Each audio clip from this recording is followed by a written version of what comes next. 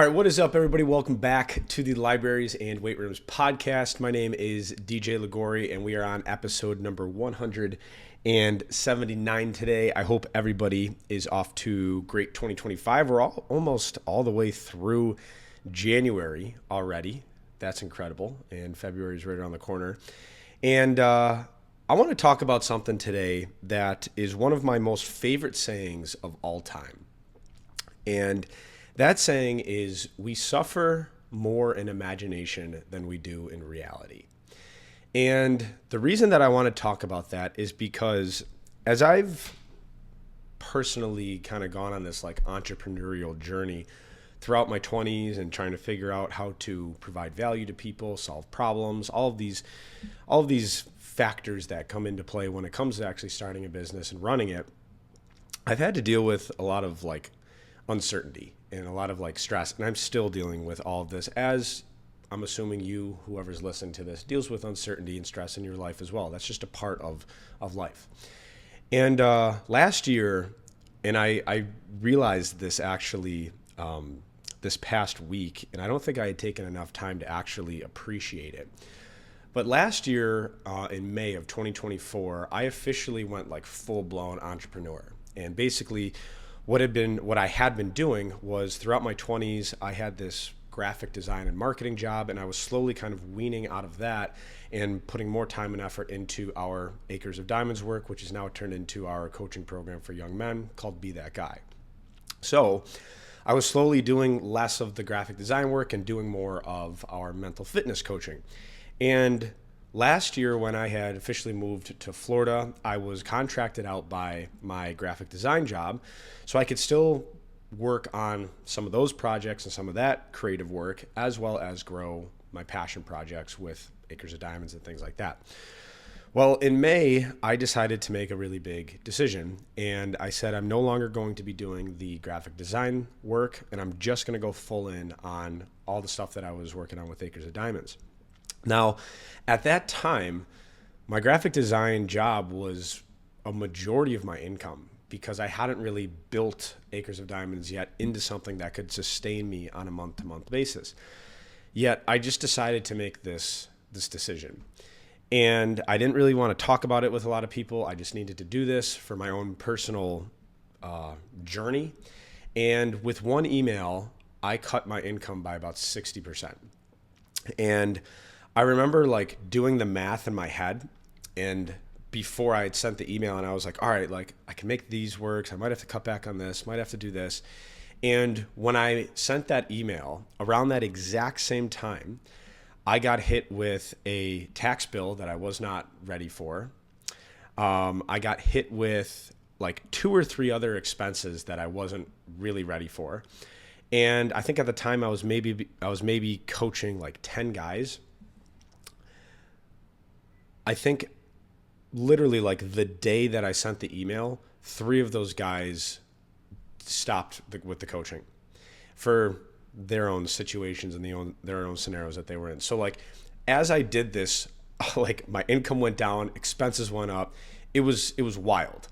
And I remember like 2 or 3 days after calling my coach and being like, I need to figure out how to make more money. Like I'm every dollar I spend, I'm going more in debt, and I can't pay all these bills that are piling up. I'm like, I need to figure out how to build this business.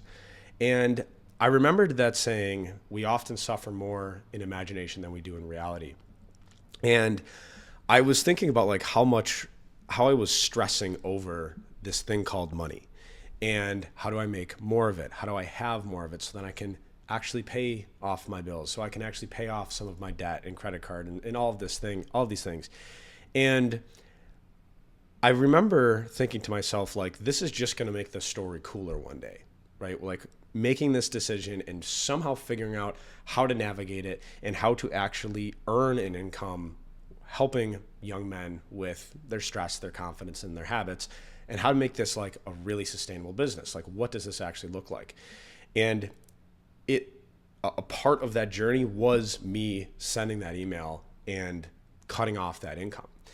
And so I think in my head, I was suffering more from the idea of like, what if this doesn't amount to what I think it can be, right? Like, what if this doesn't turn into an actual income generating business?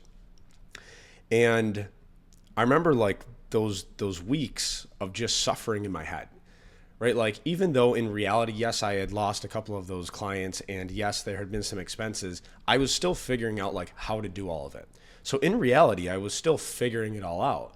Yet in my imagination, I was still suffering, right? I was still stressed, and it wasn't an enjoyable time. And I'm still figuring out how to even grow it even more, because I'm still not like completely out of it, right? This is, I think, going to be a heck of a journey over the next couple of years of me really building something worth talking about here, right? And being of value. So I wanted to just explain that term today, because I think so often than not, things happen in our life and we immediately like create this outcome of how bad it's going to be, which makes sense because our brain is wired to detect threat, right? So we're actually looking for the things that are going to hurt us. We're looking for the things that are going to cause us discomfort, and we're trying to prepare ourselves to better handle those things. So when I sent that email, my brain went to, we need to make more money. This is scary. We don't have enough money, right? Which makes sense because the less money I have, the more of a threat I am, right? So I needed to somehow manage that possibility in my head. And so I think this is a really important thing for everybody to understand, is that our brain can often play tricks on us, right? Our brain can project something to be so much worse than it actually is, when in reality, haven't we always gotten through everything? Right? Like, if you look back on your life, however old you are, you have your age in years of experience of getting through hard things. And I bet you during those things you were stressed. I bet you during those things your imagination was playing crazy tricks on you. Yet we still got through everything. And I'm currently, like I said, I'm still in this difficult time of like actually building a business. And I think this is what it feels like to manage uncertainty, right? And be an entrepreneur and try to figure out how to make ends meet, and try to figure out how to grow something that is still in its early stages, right? Yet I know I'm going to figure it out, because I believe that the only way it doesn't work is if I stop. This is my respect to consistency. So I think it's important to realize that we have years and years of evidence that we've gotten through hard things.